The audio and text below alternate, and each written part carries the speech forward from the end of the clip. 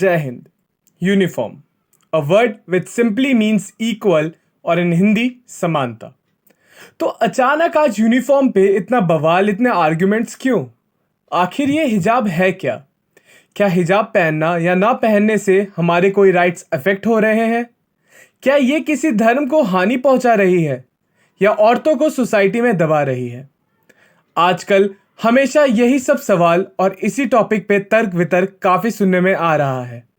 और जितना chaos media ने क्रिएट कर दिया है, ऐसा लगता है कि फिर से पार्टीशन के राइट्स को सुलगाने का काम कर रही हो। हिजाब, जैसा कि कुरान में कहा गया है, हिजाब एक पर्दा था जो कि मोहम्मद साहब के बीवियों के कमरे को मोहम्मद साहब के बाहर से आने वाले लोगों से अलग करता था। पर अब इसी को अपना रिलीजियस रूल बना के पर्टिकुलर रिलीजन काफी औरतों को डिग्रेड कर रहा है। इनका इकलौता लॉजिक है कि हिजाब protects the modesty of a women, जो कि सिर्फ केवल इस्लाम में ही नहीं पर हिंदुओं में भी है। हमारे यहाँ घूंघट आज भी काफी घरों में लगाया जाता है, पर इसका मॉडेस्टी से दूर दूर तक आज की सोसाइटी में कोई लिंक नहीं है। घूंघट लगाया जाता है out of respect for elders, पर वही हिजाब मॉडेस्टी पर्पस के लिए लगाया जाता है।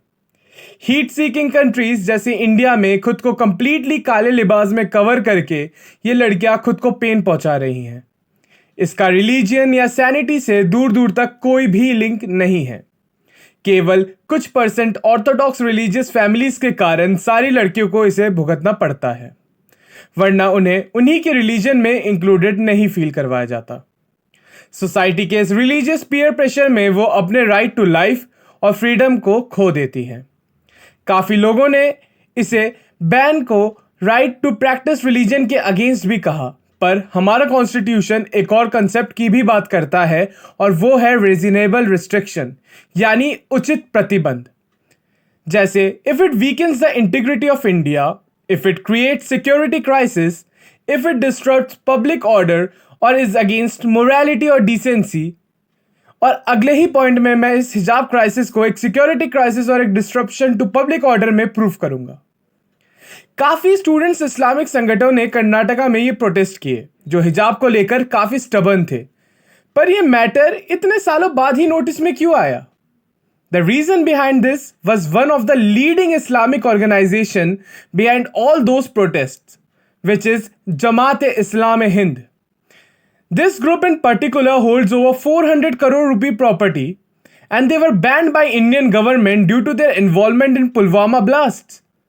And they were mostly funded by Mujahideens and were the source of funding of such radical protest. The proof was a phone call which was made between this radical group and a known journalist, where Islamization of India was talked upon, जहां भारत को पूर्ण Islamic देश बनाने की बात की गई थी और ये हिजाब प्रोटेस्ट की बातें उसी फोन कॉल में उठी। ये सब शुरू हुआ 2021 के आखिरी महीनों में और इसको बखूबी एग्जीक्यूट करा गया 2022 में। Then if this radical group is behind such a hideous protest of hijab, then it is a matter of national security and integrity of India.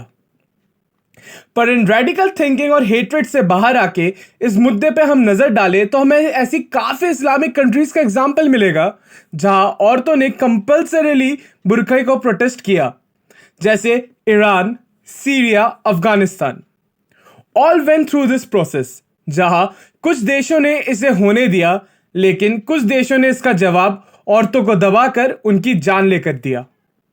जबकि कुछ वेस्टर्न कंट्रीज जहां के मीडिया कंपनीज इंडिया को non secular जैसे शब्दों से नवाज रहे हैं, उनके खुद की गवर्नमेंट ने परमानेंट बुर्का बैन किया हुआ है। हाई कोर्ट ऑफ कर्नाटका ने किसी भी एजुकेशनल इंस्टीट्यूट में बुर्का बैन कर दिया है। Karnataka simply said don't wear clothes that disturb equality. Her institute का अपना यूनिफॉर्म होना चाहिए and people should abide by it. India जैसी कंट्री जहां हर औरत को एक आदमी जितना राइट दिया गया है, वहां तक औरतों को पहुंचने में काफी समय लगा, लेकिन आज हम फिर से धर्म के नाम पे उनको ढक के, उनको दबा के, उनकी इच्छाओं को खत्म करके नहीं रख सकते। एक काफी renowned Indian / Italian political leader ने कहा था कि एक लड़की बिकनी पहन के या बुर्का पहन के स्कूल जा सकती है, वो उसकी चॉइस है। क्या पता शायद उनके वहां पे इटाली में स्कूल या कॉलेज में बिकनी एज ए यूनिफॉर्म होता हो, पर हमारे देश भारत में नहीं होता। हम सब ऐसे कई लोगों के साथ स्कूल और कॉलेज जाते हैं जो कि इस पर्टिकुलर रिलीजन से होके भी फ्री है, स्ट्रांग है। Those educated people, they don't need to hide themselves. They are free and confident and are successful ladies. Karnataka में प्रोटेस्ट की वजह से कुछ लड़कियों ने पेपर नहीं दिया और आज Karnataka government made it clear that there will be no more re exam for 12th for hijab protesters. For the sake of development of India and development of women, we should stop opting such evil religious practices, as it was demeaning and hateful like Sati Pratha, and should be abolished for a better future. Rules of past were made to be lived in a barbaric time, not in a civil culture.